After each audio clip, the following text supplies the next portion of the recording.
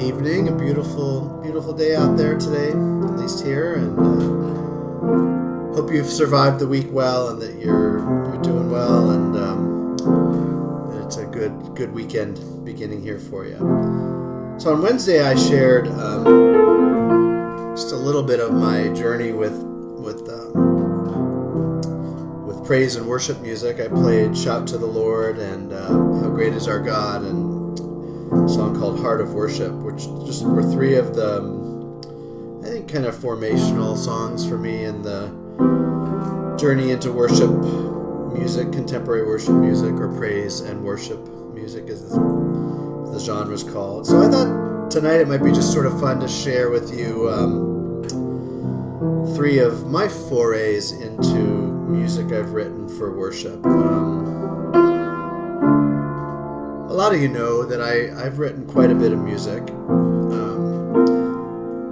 I love to write songs that can be used in different settings in church. I write a Christmas song every year, at least one, and written, probably close to 20 or more Starfire shows along with Carol, and I like to write music for specific occasions, but once I got into the whole into leading Creekside Crossings and always kind of searching for music that's in that genre, but also that maybe reflects a broader and more expansive and inclusive theology. I've tried my hand at writing some of that kind of music too.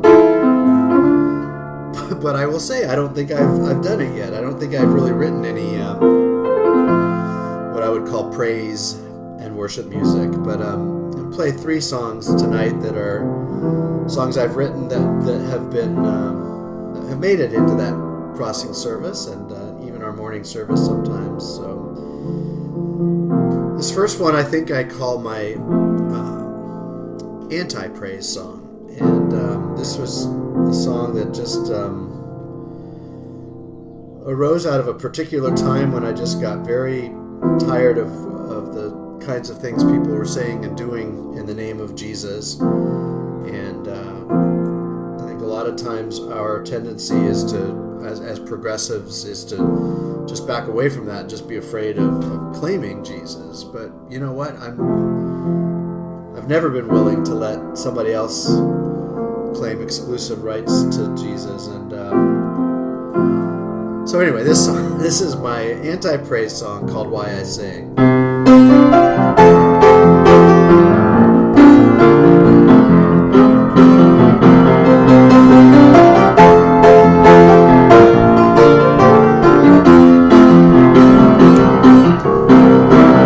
People ask me why I keep singing about Jesus,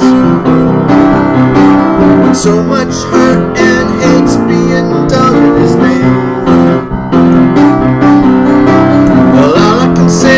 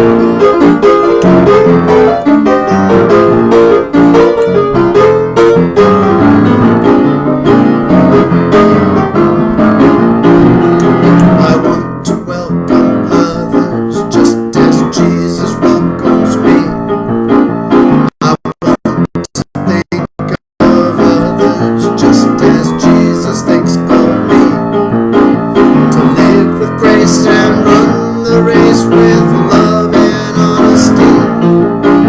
To know where each child of God are all one family. He teaches me by grace and peace and hope and love. But God's down here, not in the sky above. God loves you as much as God loves me. He shows me that the outcast sits upon the throne. The ones who judge are the ones who are wrong. And it's the love of God alone that sets us free. That's why I sing. Why I sing. That's why I sing. About the Lord. That's why I sing. Why I sing. That's why I sing. About the love of Jesus.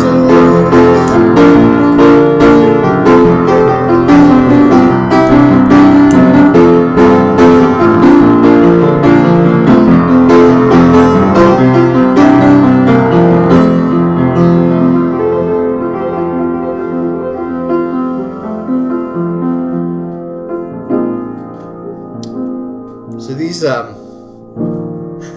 this trip through the some of the Dirk Chronicles or archives, going kind of reverse order. That song was well, it's several years old now, but that's the most recent of the three I'm going to play. This next one is one we've done quite a bit at Creekside Crossings. And I wrote it in the place that's, to me, the most sacred spiritual place on the planet. It's a tiny island off the coast of Scotland, the west coast of Scotland. You actually have to cross over a bigger island to get to this tiny island, and it's called Iona. And from the very first time I visited there, I just knew this was a place of incredible connection with God and deep spirituality, and definitely a place that I consider to be a home for my soul, and spiritual home. And I remember where I was sitting in our hotel room there on Iona, just looking out, and it's only a mile wide and 3 miles long, so you could see the sea pretty much wherever you are, and the hotel was looking out onto the Gulf of Iona, and it just struck me how we just spend so much time trying to connect with God and trying to find God, and I spend a lot of time just in prayer and meditation, and so a lot of that time is spent saying, God, I want to connect to you. I want to be with you. I want you to be with me. And this particular time, as I was sitting looking out just on the beauty of the sea and the Scottish countryside, it just hit me that God's here. God's wherever we are. God's always with us, but a lot of times it's about opening our hearts and opening our eyes and realizing that God is with us. So it's called Open My Eyes.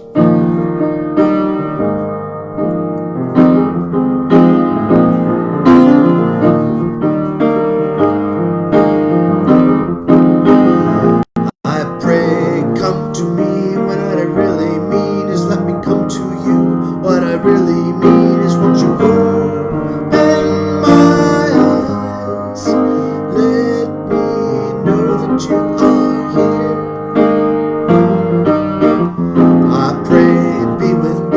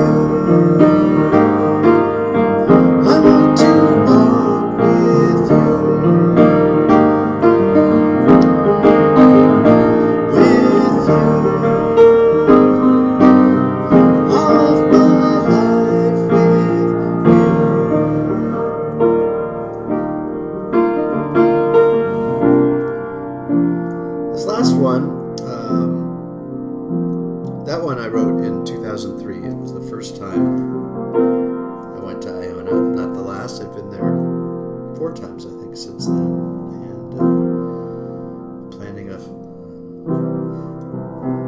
another one soon. So this last one was written on September 11th, 2001.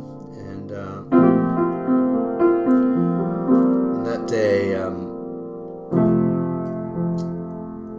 I just remember so vividly being at church all day, and started out with a music staff meeting at 6 in the morning as the terrorist attacks were happening, and we just all kind of stayed together. And that night we opened the sanctuary, and people just kind of came in and prayed, and I just sat at the piano for a while and just played, and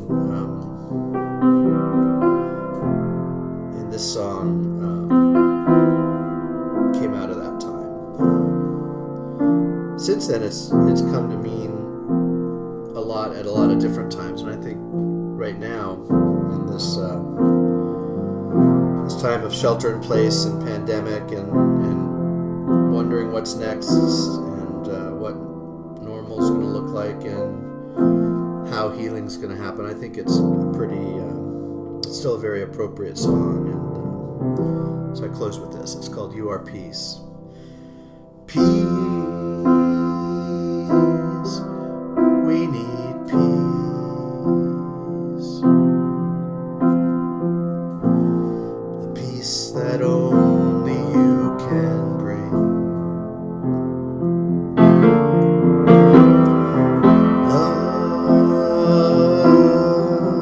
we need love.